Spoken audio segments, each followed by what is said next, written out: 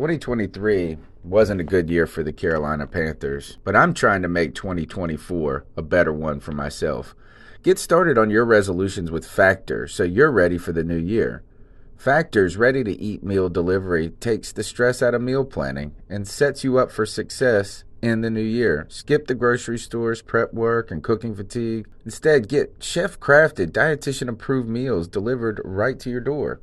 With over 35 meals to choose from per week, including keto options, calorie smart, vegan plus veggie, and more, plus over 55 weekly add-ons, you'll have a ton of nutritious and flavorful options to kickstart your resolutions. Skip that overpriced takeout trap. Factor is cheaper and way more delicious than takeout.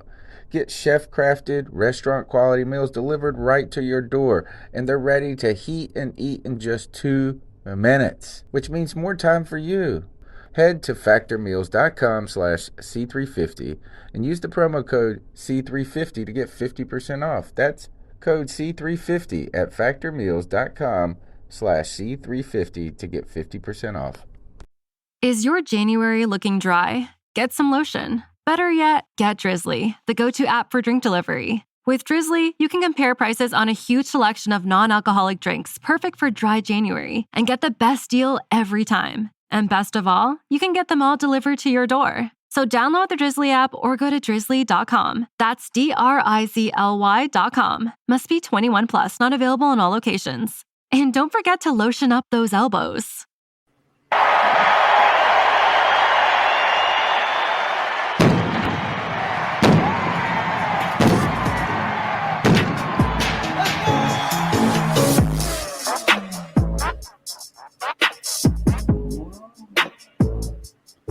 What's up, Panther fans? It's another edition of the BeatCheck, where we check the beat. We put our ear to the ground. We try to find out what's going on with the Carolina Panthers, where we try to catch up with a beat writer either for the team or the team that we're playing. And since it's going into training camp, we are looking for a beat writer for the Carolina Panthers. And we got Schuyler Callihan from allpanthers.com by SI tonight, helping us kind of get ready for this training camp primer, or at least kind of look into the questions that are on our mind and, more importantly, on his mind. Cody Lashney here with me. How you doing, my friend?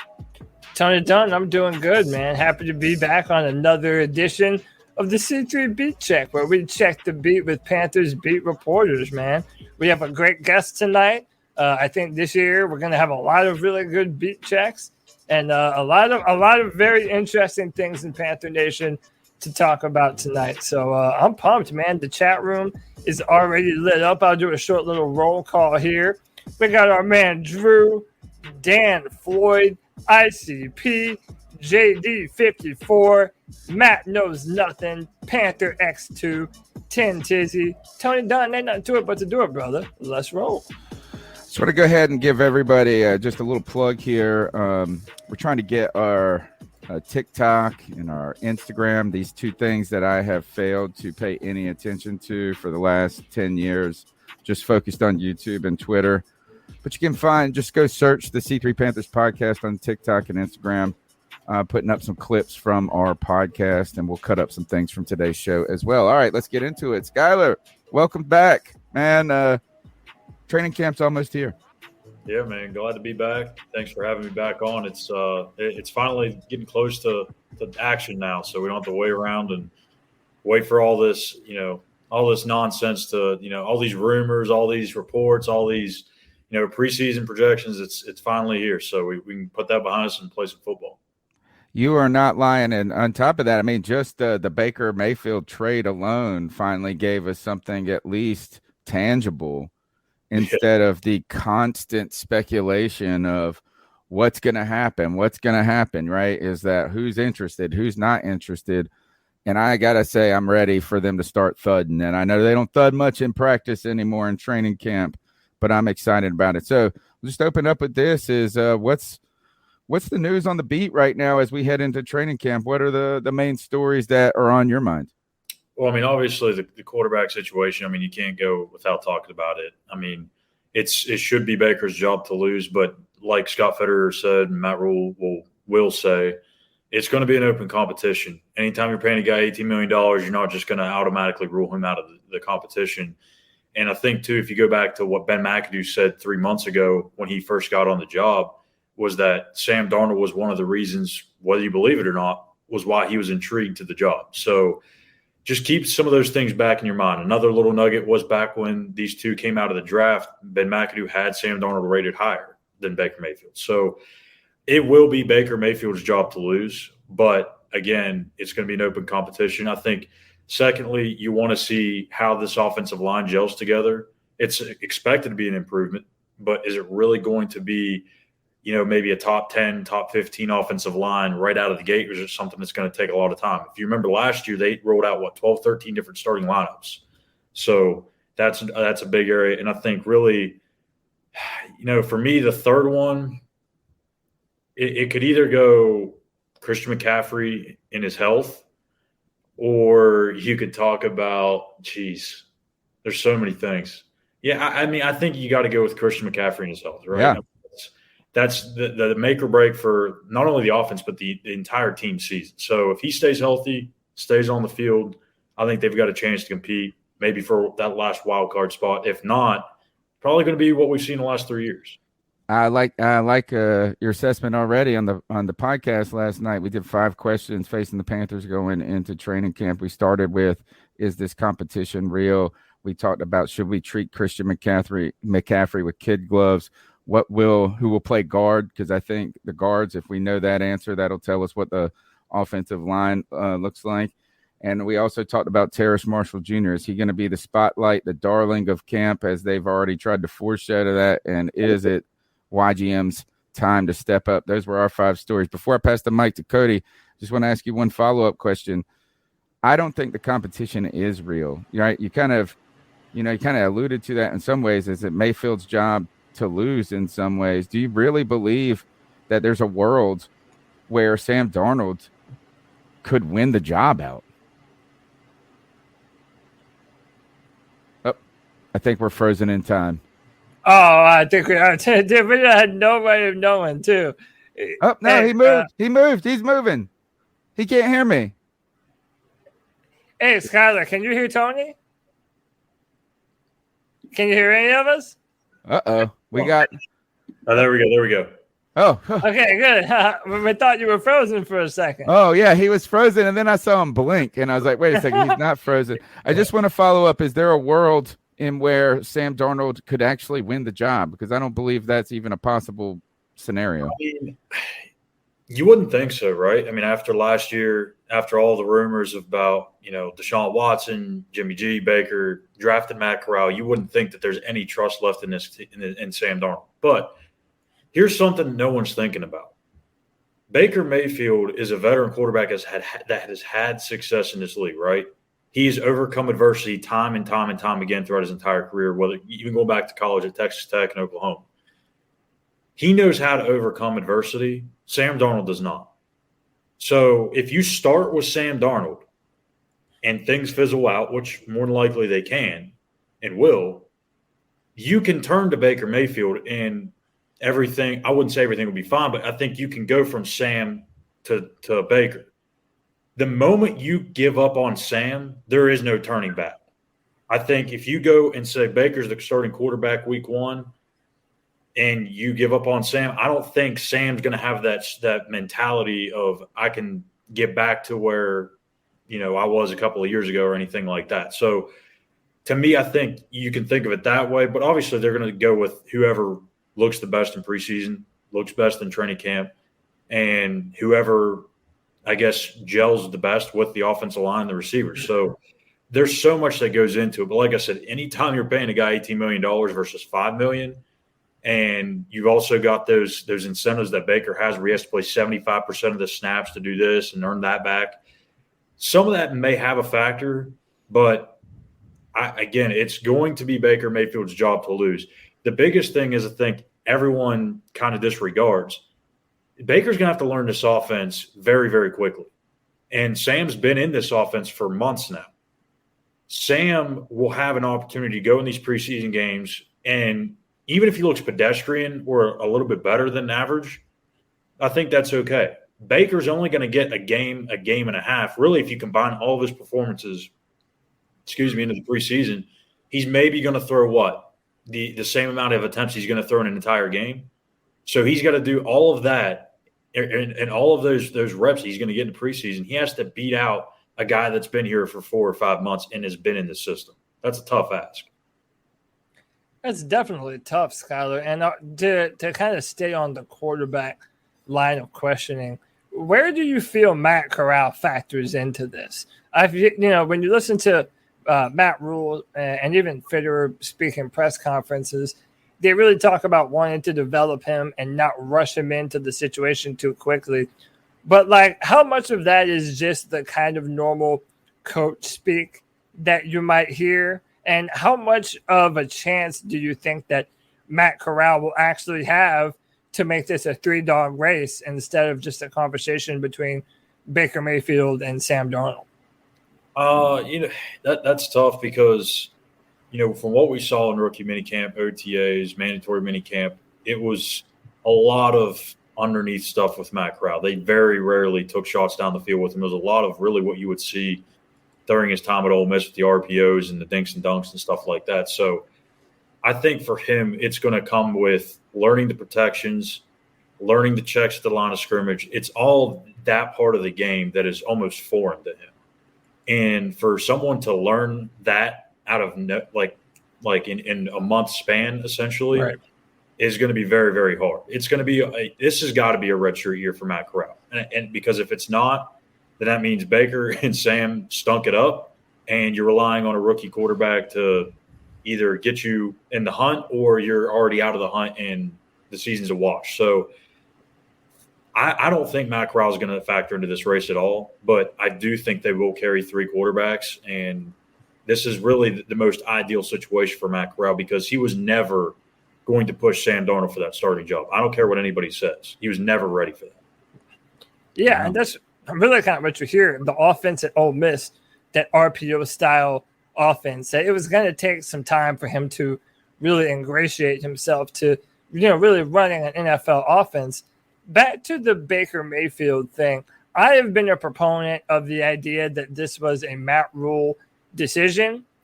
After finishing with only 5 wins the last 2 seasons in a row, when you look at what Sam Darnold has done, it's not very promising going into the future. There's a reason why a lot of people don't have a lot of faith in Sam Darnold. And if you're Matt Rule going into your 3rd year, well, at least having a quarterback that has made it to the playoffs would definitely be something to help your future tenure with the Panthers. In your opinion, does this decision come from Matt Rule, or do you think that everyone from David Tepper to Fitterer to even Ben McAdoo, was everyone on board with this decision to bring Baker Mayfield here to Carolina? Well, I think they all, from Tepper on down to all the way to McAdoo, I think they all want a competition somehow, some way. And Scott talked about it right before the draft. He literally said that, he's going to have a sit down with Sam and tell him that there's going to be competition added to this room very soon in that weekend, as a matter of fact. They brought in Matt Corral. They realized that, he's probably not ready to push for the starting job, and that's the biggest thing that they really wanted. They didn't just want to add to this room just to add to it. They wanted somebody that could literally push Sam Darnold every single day for that starting job, and that's what Baker's going to do. Now, is it a Matt versus Scott decision? When you really get down to the nuts and bolts of it all, I would say it was probably both, because even if you go back to a year ago when they made the trade for Sam Darnold, you got to think Scott Fitterer was the one that made the deal happen, right? He was the one that made the deal happen, gave up the picks, and then after that gave him a 5th-year or picked up the 5th-year option before he even played a single snap. Yeah. So there's a little pressure, I think, on Fitterer. There's a little pressure on Matt Rule, obviously. And there's pressure on David Tepper to win. He has not fielded a winner since he's been the owner of the team. So I think that the pressure is mounting from the top all the way down. They're getting impatient, but I don't know how impatient. I mean, again, I think if they were desperate, they would have done everything they could have done to get Deshaun Watson like the Cleveland Browns did.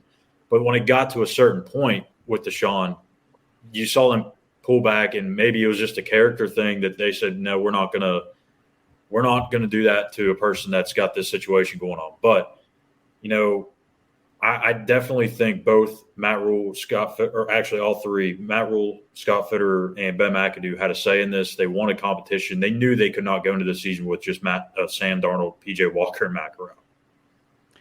What do the Panthers do, and not with Christian McCaffrey, as not like as in trade or something like that, but like what do they do with them? It's like how do they handle him through training camp? We heard that Matt Rule said that he doesn't expect him to play in the preseason, which is fine. In some ways, I don't think any starter that is there really needs to play at all in the preseason. I'm kind of a weird take on that. But how do the Panthers handle Christian McCaffrey going forward with camp and into the season? Is this something that he should be treated with kid gloves and like this? Or is this kind of like, man, maybe the narrative that he's injury prone is a little overblown and it's just time to ride the boy again? Yeah, I mean, it really is a fine line because you obviously don't want to get to a point where he's not getting enough contact and all of a sudden, boom, he's taking 20 hits a game, and it's a lot. So you don't want to scale back too far, but you don't want to overdo him as well. So I agree. I don't think he should play in the preseason at all. He's going to get he's going to get hit a little bit in preseason during the training camps and those joint practices that they're going to do with, I believe, New England, and I can't remember if they had another one set up. But there's going to be opportunities there for him to get caught up to speed. So, when we get to the season, I think you're going to see a whole different kind of game plan for Christian McCaffrey and how he's used. They're going to scale back a little bit on the touches, but not to a certain extent to where it's going to completely change the dynamic of the game.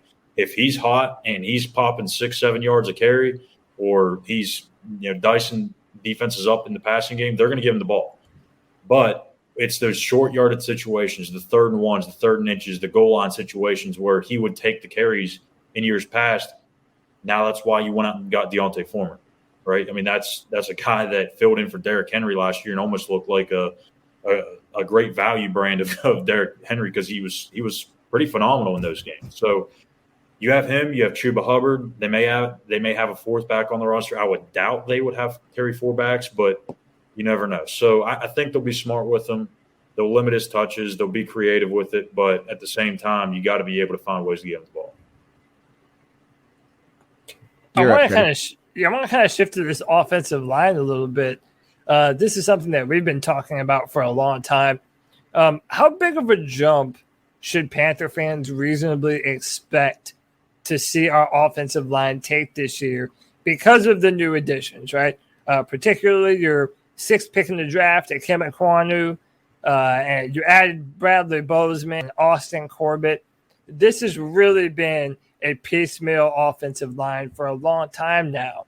Do you think the Panthers have actually made big enough strides to fix this? And regardless of who the quarterback is, will we actually be able to protect them this year? So this is something that might be considered a bold statement. I'm not sure, but I've said it on my podcast a million times in the last, couple of months. I think this offensive line has the potential. I don't know if they're quite there, but I think they have the potential to be a fringe top 10 offensive line if they play to their level that we know they're capable of, right? I mean, Kim Ekwonu is just a massive human being and looks the part already. When we saw him at OTAs and minicamp, I mean, just looked like a 5-year veteran already. He's a tank. I mean, and what's so impressive about him is it's not just the pure, bigness and the strength that he has. It's how nimble he is on his feet. Like, he's got such good footwork. It's insane. Moves really, really well. So you have him. You add a guy that just won a Super Bowl in Austin Corbett. You add Bradley Bozeman, who solidifies that interior of the offensive line. Brady Christensen has taken a major step. And even Matt Rule said he's turned into not just one of the best players in the offensive line, but one of the best players on the team. If that happens, yeah, this is going to be a top 10 offensive line. Now, a year ago, I said that this defense was going to be a top 10 defense. Everyone called me crazy.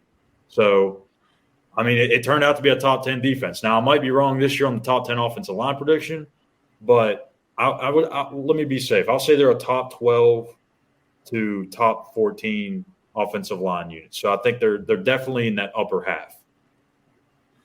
So you mentioned something about Brady Christensen. And so, listen, I get a lot of flack for my opinions sometimes. And I have been a big proponent of putting Ikem Ekwonu at left guard because I think that Brady Christensen is very athletic. And honestly, I think he's probably better suited to play tackle than he is guard. And a lot of people really get mad at me because it's like, oh, Cody, you don't spend the 6th pick in the draft on a guard instead of putting him at tackle. But it seems to me like with the additions of Deontay Foreman at running back, you know you have Christian McCaffrey, you know you have Chuba Hubbard. I think no matter who the quarterback is, the Panthers' offense is probably going to be pretty heavily run-centric. And if I'm thinking about Christian McCaffrey, man, I want to be running behind Ikem Ekwonu at guard. It just seems kind of like a no-brainer to me. And I feel like even Matt Rule kind of hinted and alluded to this. How much of a competition do you see at the left tackle position between Ikem Ekwonu and Brady Christensen? Or do you think it's just as cut and dry as Icky left tackle, Brady Christensen left guard? I think it's going to be Icky at left tackle and Brady at left guard. But I will say this. I think really the more interesting dynamic is what the left guard center competition is going to look like because everyone assumes Brady Christensen is going to be the left guard. I mean, what happens at center? Because if you put Bradley Bozeman there, that kicks Pat Elflein either back to backup center or maybe starting for that left guard spot. Or if Pat Elflein's your center, now you got Bradley Bozeman competing for that left guard spot. So one of those two guys is going to be battling with Brady, but I still expect Brady to be the left guard. So to me, I think Bozeman wins the starting center job. I think Elflein is kind of your versatile inside guy, I guess you want to say, maybe a first guy off the bench in case something happens. He's better at center. If you go back and watch his tape, he's much better at center than he is at guard. So I think if you prefer to have him in the starting lineup, it would be center. But I get what you're saying. And I know people probably come at you. Now, I've had a lot of people say the same thing. Yeah. When I first said, Icky could play left guard because, look, to me, I don't give a damn if you spent the number 6 pick on him or the 26th pick on him. If he's going to be one of your best 5, does it matter if he's a left tackle or left guard? If it makes your offensive line the best offensive line you can have? No. Especially if he is better at guard. And Christensen is better at not better than him at tackle, but the two together, right, are a better combo than the other flip arounds where you got Ekwonu at left tackle and then Christensen's not as suited for guard. And, he could probably be an all-pro guard like from day one, is that it's tough to play left tackle in the NFL. But, obviously he's got the skills to do it or they believe he does. But, he would just maul at guard. And there's been a few guys that were drafted high as a tackle, started out at guard, and then moved to tackle after a year or two, and they were fine. So I think Jordan Gross was one of those. I don't know. Maybe he played right tackle and then he moved to the left side after a year. I can't remember. And then also I point to someone like a Quentin Nelson who also went 6th overall to the Colts, and that guy is maybe the best player on their football team. I think there's like in the mind of people, like left tackle is so much more highly valued and more important of a position that it's just like, oh, if you're going to spend the top 10 pick on an offensive lineman, you're going to put him at tackle, which, by the way, I think that no matter where Ikem Ekwonu plays, I think he has all pro potential. I mean, the guy is that kind of talented. I just know that last year there was such a clamoring for Brady Christensen to play left tackle, and it kind of felt like Matt Rule never gave him enough of a chance to really do that until later in the year. But I really do think that the pieces that the Panthers have added this offseason, I agree with you. We have a lot of potential to be a very good offensive line. Do you agree with me that this is going to be a run-first offense, or did you think McAdoo is, might want to stretch the field a little more than we're giving him credit for. Well, I mean, he's always going to want to go back to what his strengths are, what he likes to do the most, which is throw the football. So I think you'll see certain situations against certain teams where they'll spread things out. But, I mean, when you have Christian McCaffrey, you have Deontay Foreman, you have Chuba Hubbard, and you potentially have a very solid interior offensive line, yeah, you're probably going to want to lean on the run game a little bit more and take advantage of having a very good but young defense, because I think that's the difference in winning an extra game or two is if they can play clock control and limit the turnovers and play really good defense, that can get you an extra win or two in solid special teams, which they upgraded the punting situation with Johnny Hecker. So right. I think when you look at different areas of this team, the key points like offensive line definitely improved. You upgrade on special teams. You get a quarterback in here that's had success winning at a bad organization in Cleveland. There's a chance, and I think that's the thing that Panthers fans like. I'm not going to tell fans how they should feel, but there's no way, even with Sam Darnold at quarterback, this team is going to get a top 2 or top 3 quarterback in next year's draft class. So why not go ahead and try to compete for one of those wild card spots with Baker while you have Matt Corral sitting and learning from Baker Mayfield? You want him to learn from Baker Mayfield on a team that's maybe a playoff type team, or do you want him to learn from Sam Darnold, who may be another 5-win team? I mean, that's just me. Again, you're not getting a top 2 or top 3 pick next year in the draft, even with Sam Darnold quarterback. It just happened. Yeah. Let's switch our focus to the defense real quick. Is the defense going to be just plug and play from last year to this year as good as it was? And I want to temper that with is I think the defense was overrated last year. I know they kept saying that the number 2 whatever defense at one point or time, it just there are too many times that teams ran on us or scored late on us, and you could make all these excuses about why the offense wasn't doing their job, which then kept the defense on the field or put them in some difficult situations. But there was a couple of times the defense needed to make some stops and they didn't, or several times, not just right. So, I mean, I think the defense was good, very good or very good, but not great, right? Yeah. Does this defense get better this year? Because in some ways, I know that that's what we naturally think is that like you got good players, you had good players, you had a good year, you got better from year to year, and now here's a third year coming. But this defense is going to be a lot different than it was last year in some ways. We don't know anything about the 2 linebackers, the cat killer Damian Willis, the fake Wilson. What's his name? Damian Wilson. He's a fake cat killer. It's the best story. Do you know the fake cat kill story? No, I don't. Oh, okay. So he got arrested recently, right? Yes, I did know that. Yeah. So part of that incident where he threatened to kill his girlfriend, he took his girlfriend's laptop and wrapped it up in a blanket and then smashed it on the ground. But he told her it was her cat. Oh, okay. Yeah. I know. And a whole different thing. Oh, yeah. Okay. No, he's a fake cat. He fake killed the cat. I love it, but still, actually, his stock went up in that for me. But we have different linebackers. We have we really don't know a ton about this defensive front other than Brian Burns and Derek Brown. How is the defense go? How do you see the defense looking this year and progressing? Statistically, I think they take a step back because, I mean, obviously you're not going to get the same pass rush you got a year ago with Hassan Reddick. Right. So, but at the same time, I don't think you're going to get the same pass rush production, but I don't think Brian Burns is going to fall off. Everyone's like all nervous and worried about everyone's going to double team Brian Burns. Everyone's going to start chipping tight ends towards Brian Burns. Go back and look at his stats from the year before Hassan Reddick got there. He had 9 sacks, the exact same amount of sacks he had last year. He's shown he's done it before. The only difference is now teams know how good of a pass rusher he is. 2 years ago, before Hassan got here, that was only his second year in the league. No one really had an idea of really what he was going to be at. So now there's a little bit of a difference there because of teams knowing how good he is, but I still think he's going to get his sacks. He's going to get his numbers. He's going to get his QB hits, his TFLs.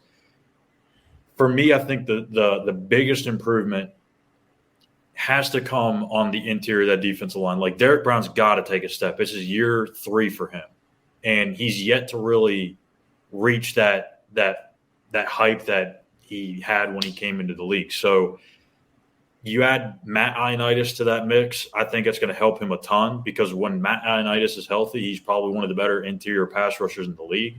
So you add him next to that, Bravion Roy, if he takes a step, you get Davion Nixon healthy, which is one of the rookies I was really excited about last year and just didn't get a chance because of his injury. I think there's a chance they improve there, but they've got to be able to stop the run. That's one of the things that just absolutely killed them last year in critical situations, zone runs. You go back and watch that Dallas tape. Man, they just pounded the rock on them all game. It is bad. And Phil Snow still talks about it to this day, about how bad they were in that game. So there was a couple other games too. Was it Minnesota was the other one? I think that just ran the ball to death on them. So, I mean, they've got to be able to take away the run. But at the same time, they want teams to run the football.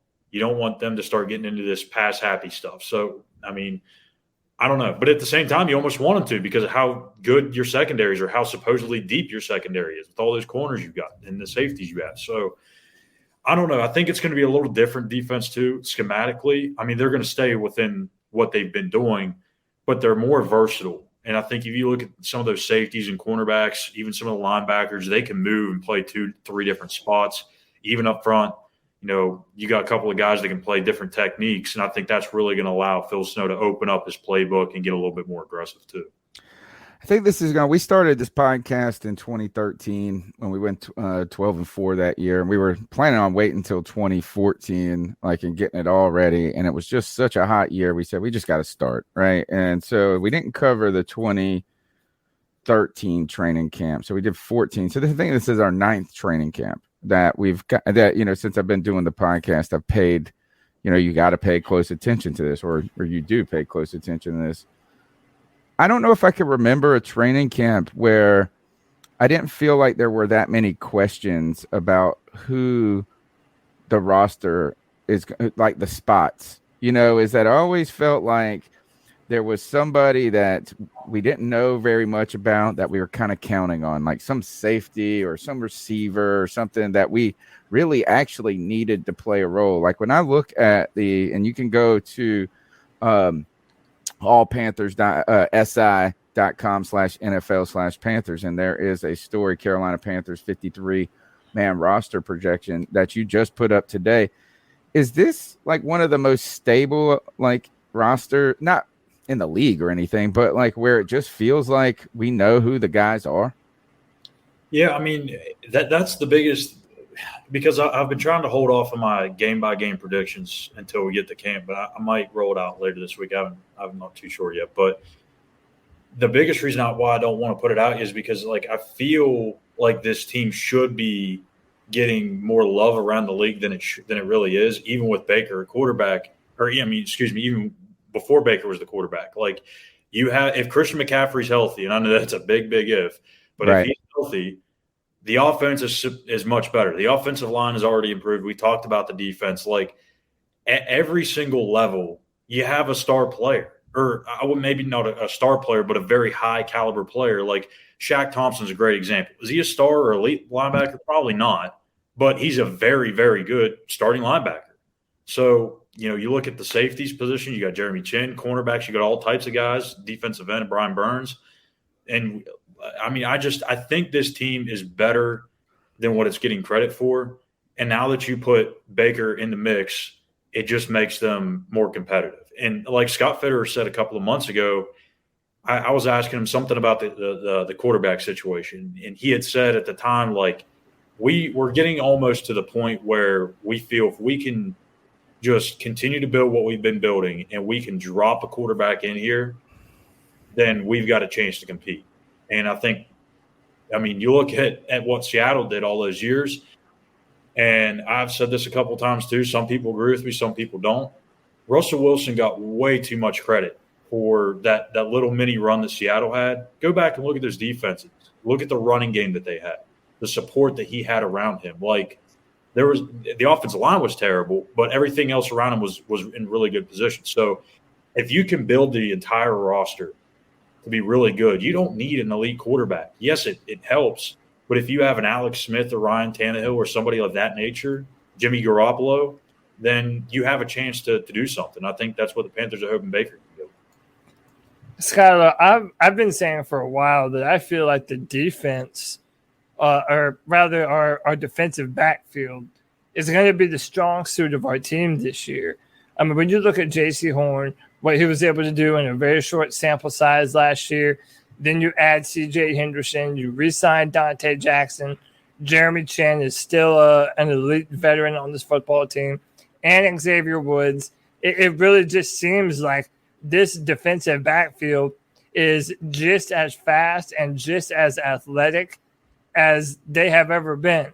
Do you agree with that statement? Do you think that, I mean, defense or offense, that the strongest room in the Panthers building is that DB room? I would say so, yeah. I mean, it's probably not just the best, but in terms of the starters, but I think the depth there is probably better than just about anywhere else on the roster, too. I mean, I think one signing that gets overlooked that he had from this past free agency was Xavier Woods. Now, he wasn't there during the spring for OTAs, minicamp, or any of that stuff. He had a personal matter that they excused him from. But I think his presence is really going to help out Jeremy Chin, because look at the other guys that Jeremy Chin was working with these past 2 years. They're not bums. Like Sean Chandler played okay.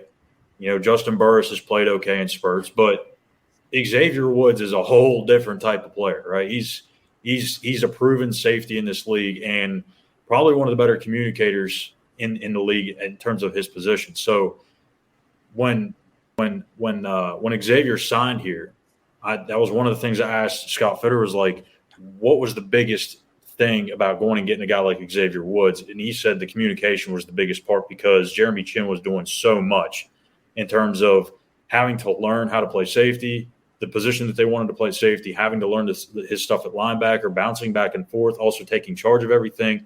There's a lot for one guy to take on, so especially at his age. Now you got Xavier Woods back there. Jeremy Chin's just going to go play ball, and I think that's the one thing that really needed to happen. What kind of sense do you get from Matt Rule? Like, I'm trying to gauge Matt Rule. Like, we're so, the fan base is very hard on him, and I'm part of that, right? As I soured, I gave him a lot of credit after his first year, and I thought things were really trending in the right way. I felt like in his first year, I didn't have super high expectations. I just wanted the team to not look, and him himself not look in over his head. And I thought he did that in his first year. But the last year was just such a disaster in so many different ways. It wasn't just the quarterback. It was panic mode from him, constant musical chairs with position groups, throwing people under the bus at times, I felt like. And I just really soured very quickly on him. And I'm ready to forgive him. I did a video where I said, I will forgive Matt Rule. I'm going to give him another chance. But I want you talk to him. You get to see him walk in the room and walk out at times. Does he seem more confident going into year 3? Or do you get the sense that he knows and he feels immense amount of pressure? And I think he did a lot of good things this offseason. I think he went and revamped his coaching staff. I give him a lot of credit. I think he made great moves there. You couldn't have really done a better job with the guys that he picked, given it not being the most attractive destination in the world for coaches. But do you get the sense, does he feel nervous, or do you think that he's going to walk into this training camp feeling confident that he's getting it going the right way? I don't think he feels pressure, but I do think he understands that this is it's time to start winning football games. But, everyone has been on me since, year 1, because I said, just give it time, and it'll all play itself out. If he's not supposed to be the coach, and it's going to show. But give him that third year, because everywhere else he's been, and I know it's been the college level, but it's been his blueprint and it's worked everywhere. If you look at Temple, that third year is where they turned it. Baylor, that third year is where they turned it. So if you're David Tepper and you know that going into signing him to that long-term deal, knowing that the first year is probably going to be bad. The second year, you're going to be a little bit better, maybe not in 2021, but knowing that third year is the year that he usually turns it, and you invested in him that much money, why would you yank it out from underneath of him right before he has the chance to get to where that sweet spot is in his rebuild? Makes no sense. So I understand the pressure from the fan base. They want to see a winning product. It's been a while since that's been here in Carolina, but you have to give the man time. 2020 was COVID year, and I know there was other coaches that had to deal with it too, but it really, really affected him. I mean, you got to think about it. He didn't even get to know these guys personally, hardly at all, until maybe halfway through the season because they couldn't interact with each other. They weren't able to go and eat dinner together or go hang out and play golf together. They literally had to do everything over Zoom and in meeting rooms where they were all spread out. You don't get to know people that way. So I'm not giving an excuse for him because I've always said, for me, a head coach, the telling year is year 3. Unless you're like 0-32 or something, then that's, you know that's not the guy, like a Hugh Jackson or something. But if you're David Tepper, this is the year where you've got to see results. I'm not saying that he has to make the playoffs to keep his job. If you go 9-8, or say you go 8-9, but Baker supposedly gets hurt and misses a bunch of time, you still find a way to get to 8 wins. He probably gets a year 4. But I think if he wins anything less than 8 games, you're really starting to walk a fine line. And I think that's going to be tough. But again, that's why he went out and he helped go get Baker Mayfield. That's why he added Matt Corral. He wanted to add as much competition to that quarterback room as possible. But I think, too, he made a lot of changes along the way, and I give him credit for that because he realized the offensive coordinator that he had wasn't working. Realized the rest of the coaching staff he had wasn't working. The quarterback too young, too inexperienced, and he really. I mean, I guess if you want to give Matt Rule credit for anything, is he's not scared. He's not afraid to admit that he screwed up. Yeah. Is that if you just keep banging that in and saying it wasn't, it's not like he really changed directions on his coaching staff. He really did. I mean, and you look at all the hires that he had, very, very well respected around the league. Chris Tabor, the special team. Yeah, he might be the best one. He is a fun dude to watch, Coach. I'm telling you, if you guys are able to go down to training camp or anything, you're going to love Chris Tabor, just the energy that he has. The guys really listen to him. James Campen is a great dude to talk to, hilarious offensive line coach, but is serious too. He gets down in business too. So I think that's the biggest thing with Matt Rules. He's been able to adapt, and it's kind of that adapt or die kind of situation, right? And he adapted before his career in the NFL died as a head coach. So got to give him credit for that. Like I said, I'm not here trying to give the man excuses or say that he should have not been fired after last year, but I think he deserves a third year because you invested so much time and so much money into him, and that's his sweet spot, that third year. If you get to that third year and it doesn't happen this year and you don't see the table starting to turn, sure, go ahead and fire him. I don't think there's anything wrong with that. After 2 years, I think that's way, way too early. Schuyler, my final question for you tonight, and once again, we appreciate you for joining us tonight. This has been very enlightening, and you've certainly brought some great insights. Recently an article was making the rounds about the most overrated players in football, and one of the highest names on that list was Christian McCaffrey. And the past 2 years in a row, our offense just completely falls off of a cliff after Christian McCaffrey gets hurt. So taking into consideration the O-line movements that we've already made this year, but you have Terrace Marshall Jr. in his second year, you have Robbie Anderson. Is this still just a Christian McCaffrey offense that lives and dies by the health of 22? Or is this offense actually equipped to continue to have backup plans and be able to be efficient even without Christian on the field? That's a very good question. But I think, certainly the last 2 years, it was definitely a Christian-centric offense, and you could see that just because Joe Brady, it almost looked like he had no idea what to do when Christian was out of the game, and he didn't have him available. Now that you have Ben McAdoo, again, have your opinion on Ben McAdoo for what you want, but I think as an offensive coordinator, he does a fairly good job. His head coaching record was probably not very good, but I think as an offensive coordinator, being in that role, he sat and was in a room with Kellen Moore last year and watched how the Cowboys ran their offense and had a lot of success. I think this is a really good situation for not just Christian, but the entire offense and Matt Rule, because you're getting a guy in here who's called plays before in the NFL, has had success doing so. If you look at Eli Manning's time with Ben McAdoo, it was like one of the best statistical years he had. Now, I know they turned the ball over a good bit, but you're gonna have a little bit of that when you throw the ball 450 or 480 times a year. So we'll have to see. But I think with the additions that they made, with Deontay Foreman, you get a much better offensive line. It's going to help out. But here's the thing I'll say, and I did see that what you're talking about, Cody. To me, you can't say a player is overrated because he's hurt. That's maybe an injury-prone situation. You can talk and say, yeah, is Christian McCaffrey injury-prone? Sure, we can have that debate. He must have drafted him for his fantasy team or something. Yeah, exactly. Because, to me, overrated is you're on the field and not living up to expectations. That has nothing to do with injuries. I think it's also just like dead time football talk, and you gotta it's Good Morning Football, and they got to do a show, and we got to get something that hits a little bit. How much time are you going to spend at training camp? I know in Spartanburg.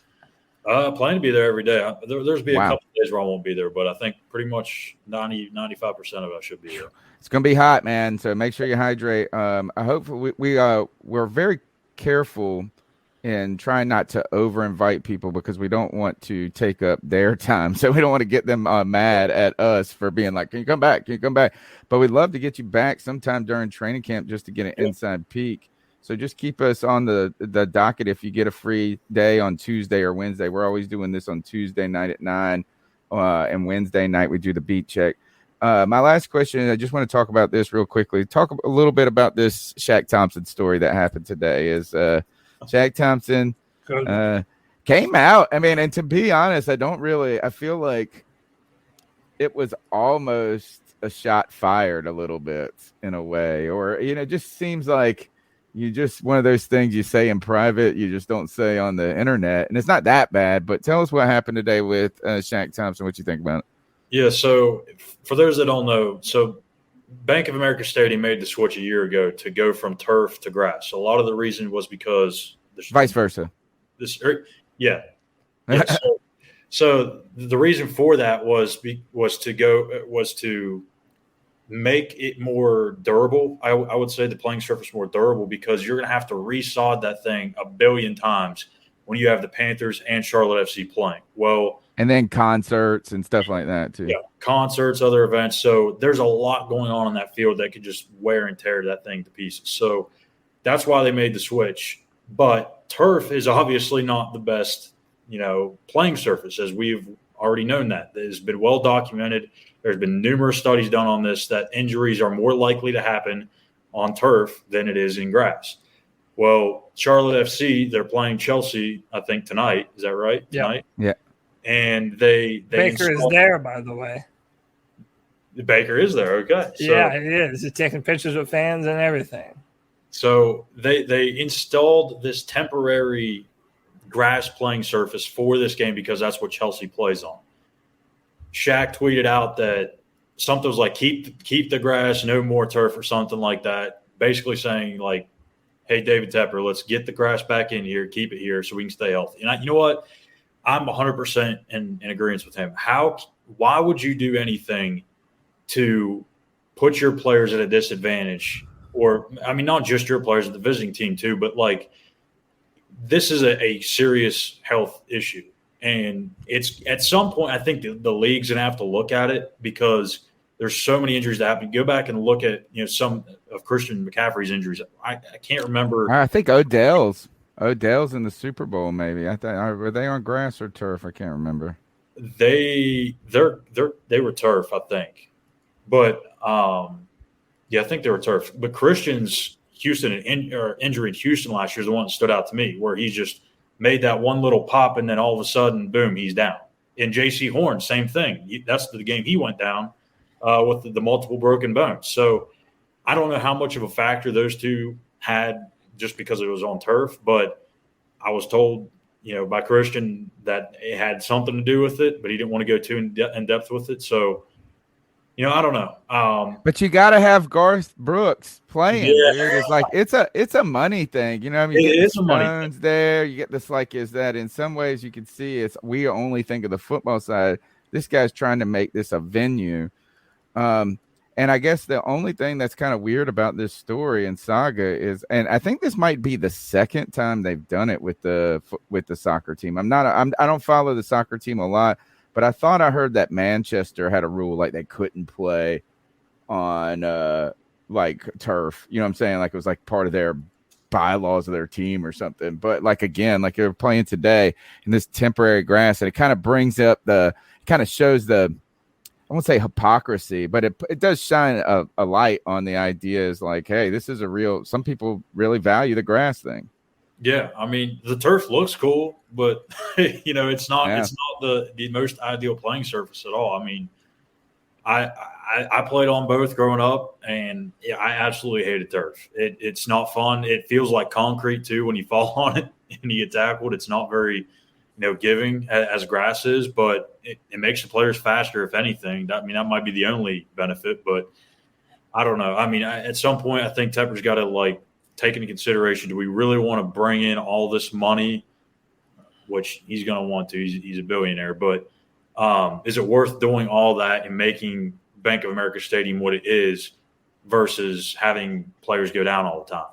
And maybe you're losing money, a lot of money, like Christian McCaffrey has been losing. Essentially, you're wasting money with Christian McCaffrey every year. So I don't know. I think that idea that they have about potentially building, I don't know what it is, that the little center near Bank of America Stadium, the entertainment district, if they were to do something like that and maybe put some huge amphitheater in or something, maybe they don't have to do that and they can put the concerts over there back in. Yeah.